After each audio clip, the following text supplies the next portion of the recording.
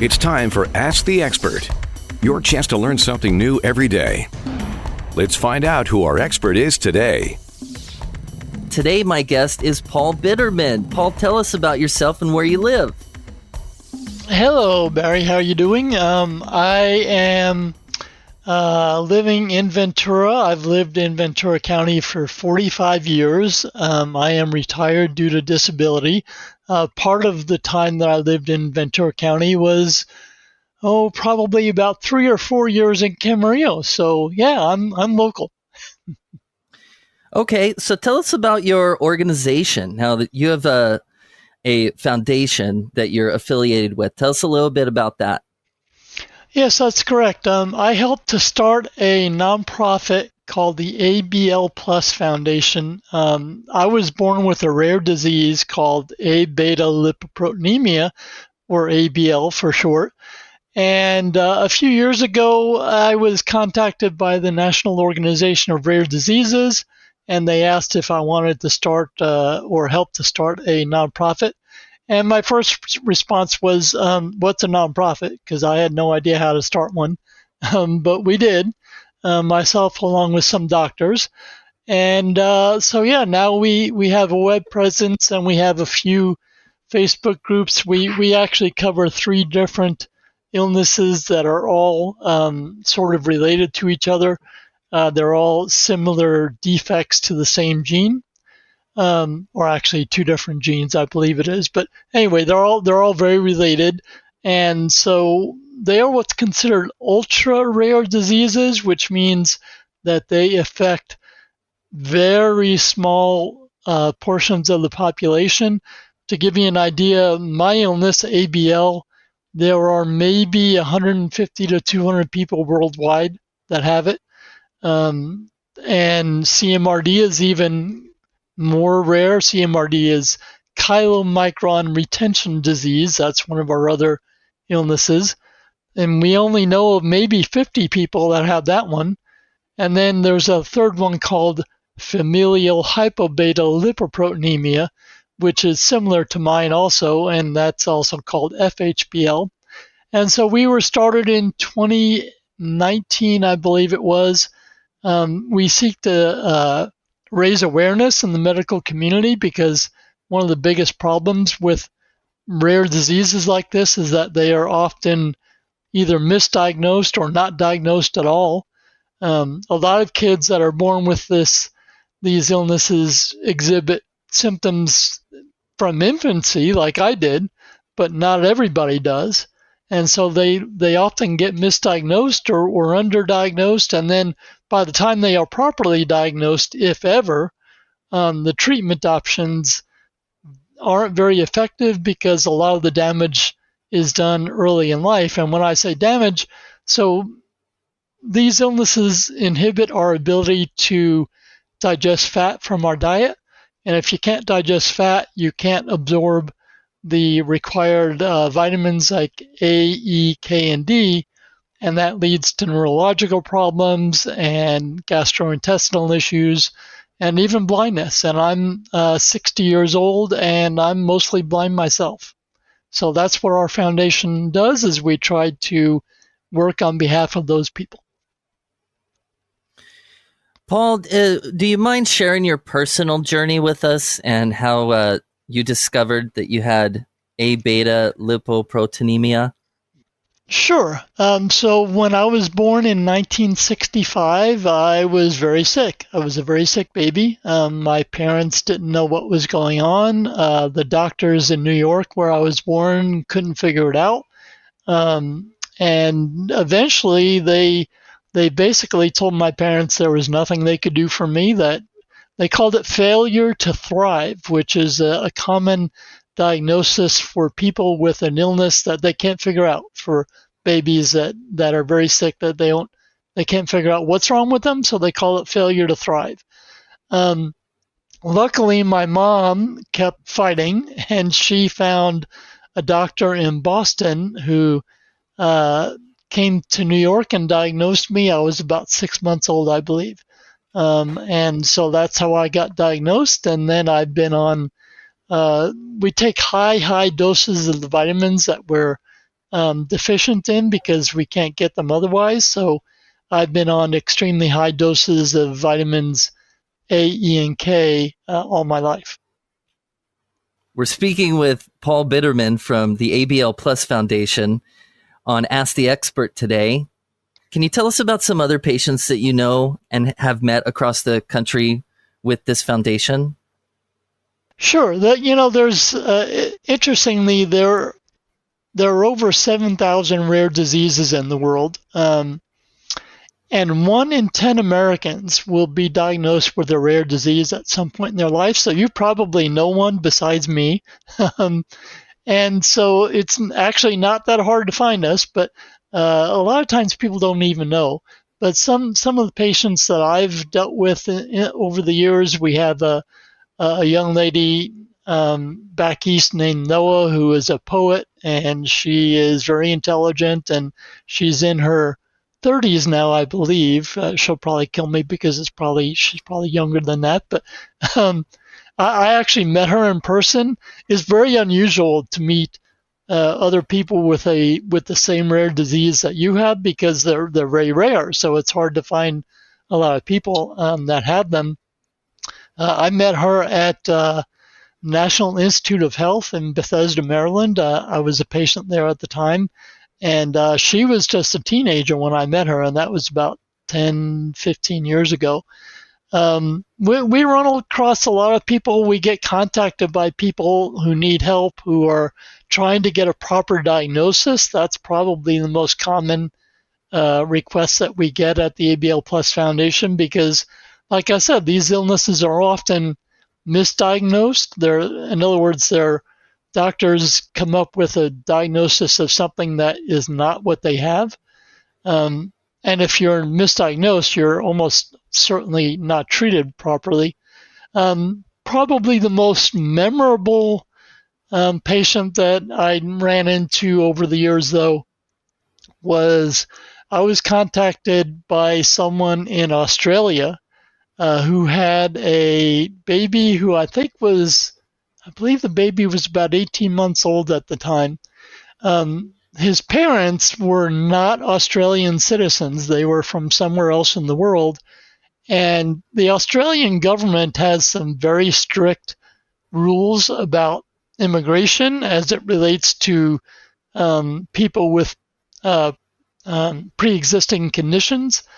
And because of these people's baby was born with this very rare disease, the Australian government was going to deport them. They were going to deport the whole family just because the baby was sick.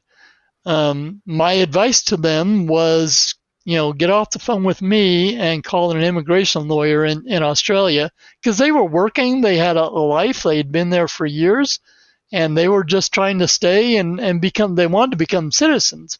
But the Australian government was not going for it. So they did. They contacted an immigration lawyer in Australia, and they worked with them, and they got approved to stay in Australia, and I believe they now become citizens. So that was a great outcome for what was a quite distressing situation.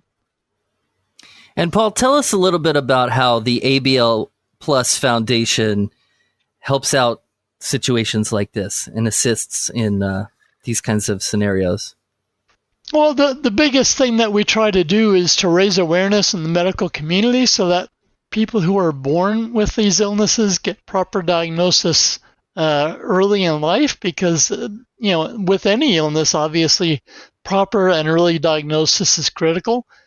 So we have published, our doctors have published papers in the medical community about these illnesses and how to properly diagnose them and how to recognize the symptoms and all that kind of thing. And we continue to work on that. And as a matter of fact, we just this week met with a vitamin E expert, because vitamin E is our biggest problem. That's the one that we don't absorb at all. It's not even measurable in our blood. And so she's an expert. And so we're talking to her about finding a new way of measuring whether or not somebody has vitamin E in their body. because we take outrageously high doses of vitamin E, but we have no way of knowing if any of it gets into our system, because the only test that we know of right now is a blood test. And in A beta patients, vitamin E levels are non-existent in the blood, even if we take these extremely high doses. So we're talking to her about finding a different way, if you'll forgive me mentioning it, through a urine sample rather than a blood sample, which is obviously less invasive. She believes that we can test vitamin E levels in patients in that way rather than through a blood test. So we're talking to her about possibly funding that and seeing if that's really something that works or not. We don't know that it works. We think it will. We know that normal people, their vitamin E can be measured in their urine, but we don't know if it can be in A beta patients. So that's what we're hoping to accomplish, is to find that out. Other than that, we just try to advocate to doctors. We provide second opinions and consultations with doctors when somebody is trying to get a diagnosis. And like I said, we have documentation available on our website, and that's the main ways that we try to help. We're talking with Paul Bitterman, founder of the ABL Plus Foundation, online at ablplusfoundation.org. Thank you for coming on Ask the Expert today. Can we take some listener questions now? Sounds good. All right, here's one. What's rare about the illnesses we're concerned with? That's an excellent question. What's rare about them is because it's a genetic defect, it's not something that you can get through the environment, something like that. It's not something that can be transmitted from one person to another easily. Not only is it a genetic defect, but because of the type of genetic defect it is, both parents have to have the defective gene, and they both have to pass it on. So actually in a child, there's only a 50% chance, if both parents have the gene, that the child will even be born with the illness, because they both have to pass the gene on. And actually, we know of patients in families that we've been in contact with where some children have it and others don't. And we actually, and even more rare cases, we know of families where multiple children have it, which is very unusual, because again, you need both parents to pass on the gene, and the gene is recessive, which means it's not always passed on. So I believe actually the chances are 25% that it would even be passed on. So that's what makes it rare. And like I said, we're considered ultra rare because the prevalence is so small worldwide with these illnesses. I think most of my life I was told there was about 100 ABL people in the world. Now I think it's probably closer to 200 as we're starting to get more diagnosis. We actually believe that it may be even higher than that, but what happens is that, like I said, people get misdiagnosed all the time, so there are patients who probably have these illnesses that don't get diagnosed properly. And one of the things we're working on also is, in America, there's something called a newborn screening panel. What they do is when a baby is born in certain states, not every state in America, but certain states, they take a little blood from the baby's heel. They prick their heel and take a little blood, and they test it for rare diseases. But surprisingly, even though A beta and FHBL and CMRD are some of the oldest rare diseases, as meaning that they were diagnosed many, many decades ago, those are not illnesses that are tested in the newborn screening panel. So that's something we're also working on, is to try and get these illnesses added to the newborn screening panel. And actually, we're trying to do it in an unusual way. Rather than trying to get new illnesses added. What we're trying to do is to approach it from a direction of, well, there's already an illness that's tested for, but it's the opposite of ABL. Babies are tested for this one rare illness, which would show them it's possible they have ABL. I think that's how it works. We're talking with Paul Bitterman from the ABL Plus Foundation, online at ablplusfoundation.org. Another question from the audience here. What are the daily challenges of someone with one of these illnesses? Well, so the biggest thing that ABL, CMRD, and FHBL patients face is that they, because they can't absorb fat out of their diet, they have to eat an almost non-fat diet. And if you think about it, almost everything's got fat in it. So anything that we eat that has fat in it could make us sick. So it causes GI problems, gastrointestinal issues. So that's probably the biggest daily challenge, and then also is the taking the extreme high doses of vitamins. To give you an idea as to what I'm talking about with extreme high doses of vitamins, vitamin E is the biggest one, like I mentioned earlier. And you know those 400 IU capsules that you get in CVS or wherever that come in a bottle of 100 of them? I take 36 of those a day. So I go through a bottle in about 4 days. So that's why it's so hard for us to get the vitamins, because it's very expensive. If you can imagine, those bottles are $10, $15 a bottle, and I go through them in 4 days. So you can imagine how much it will cost if it's not covered by insurance, which mine is not. But luckily I get it through a different source. But some of our patients can't get them, and therefore they don't take them. So that's the other daily challenge, is just taking all these pills. And we're looking for other ways to, different formulations, different methods of delivery for these vitamins that is maybe not less invasive, so to speak, but maybe easier to handle.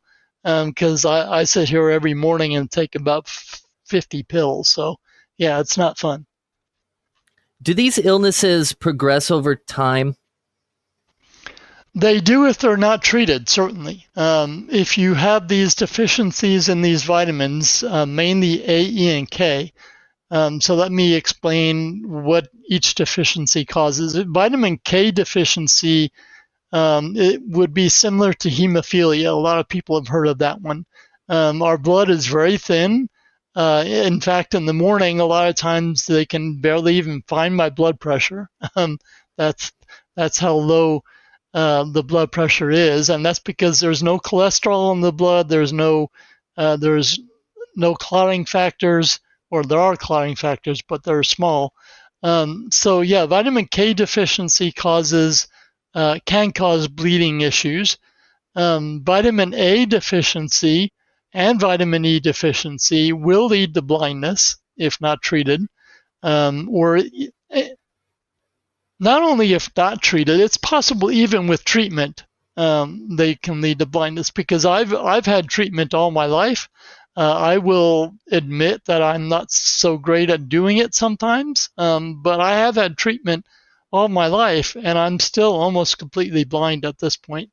And then vitamin E deficiency, in addition to the blindness, also causes neurological problems, which means you have problems with balance. I have neuropathy in my feet, which means I can't feel my feet very much. So yes, they progress over time, especially if not treated. But even with treatment, they may still progress. It varies from one person to another.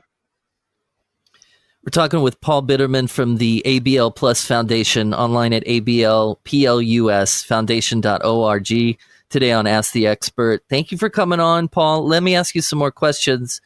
How are these illnesses treated?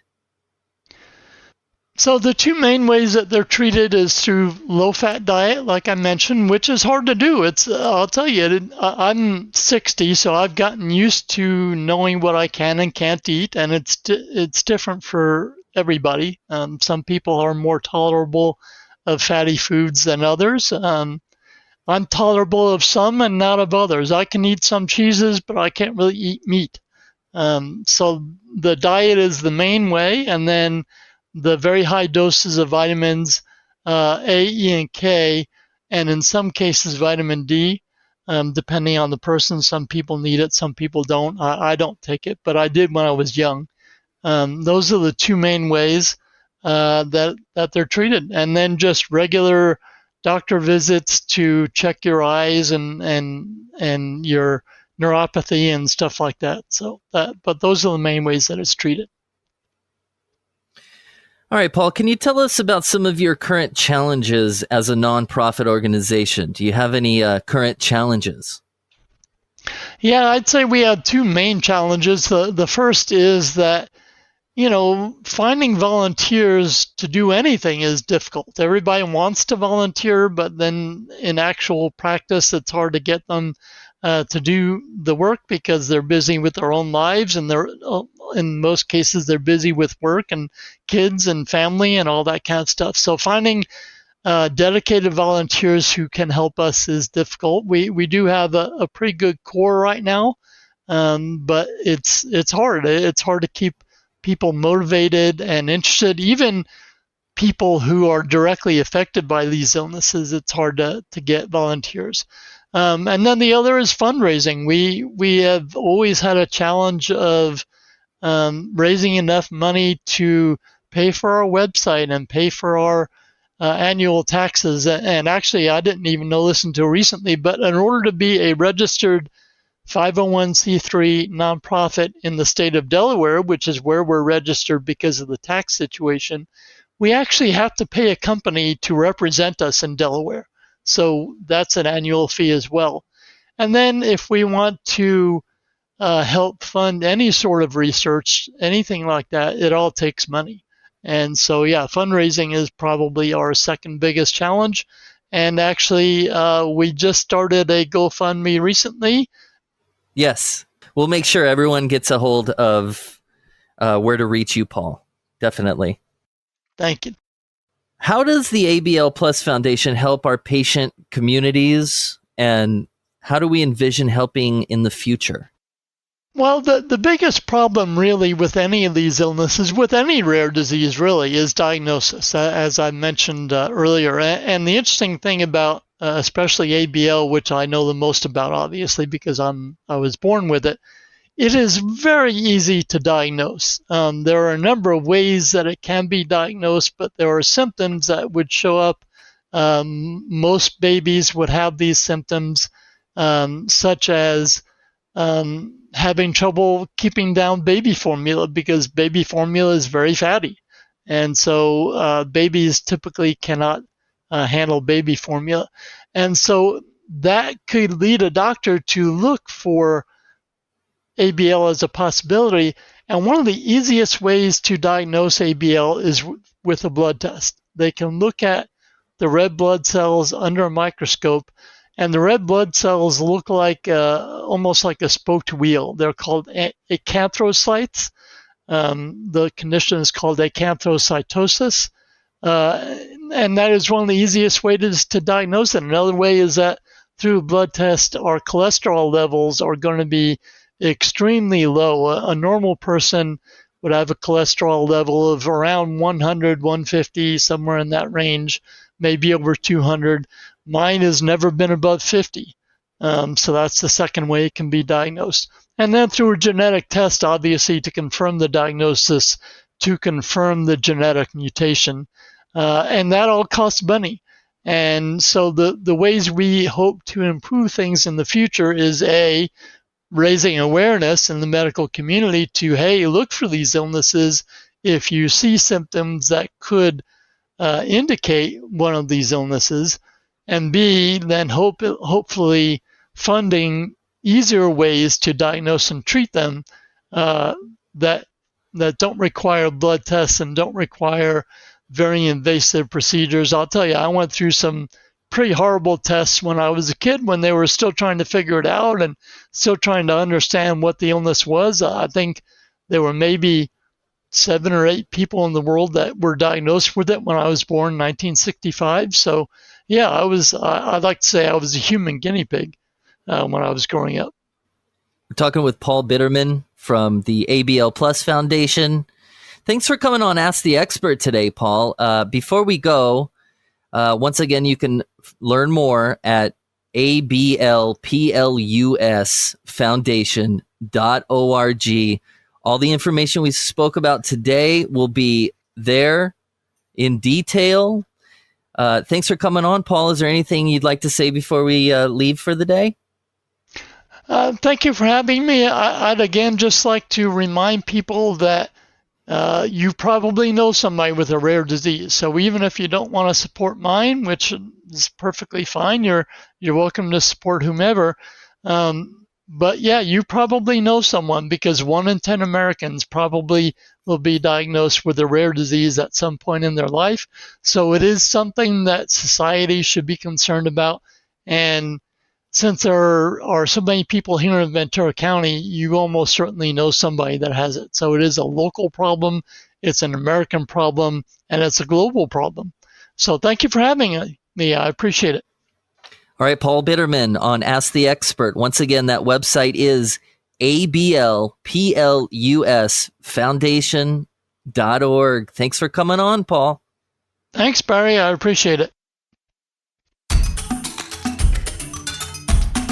The information and opinions shared by guests and experts on this program are solely their own and do not necessarily reflect the views or positions of Camera Radio, its management, or its supporters.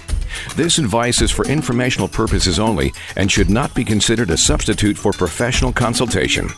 Always seek the advice of a qualified professional for any specific situation or concern.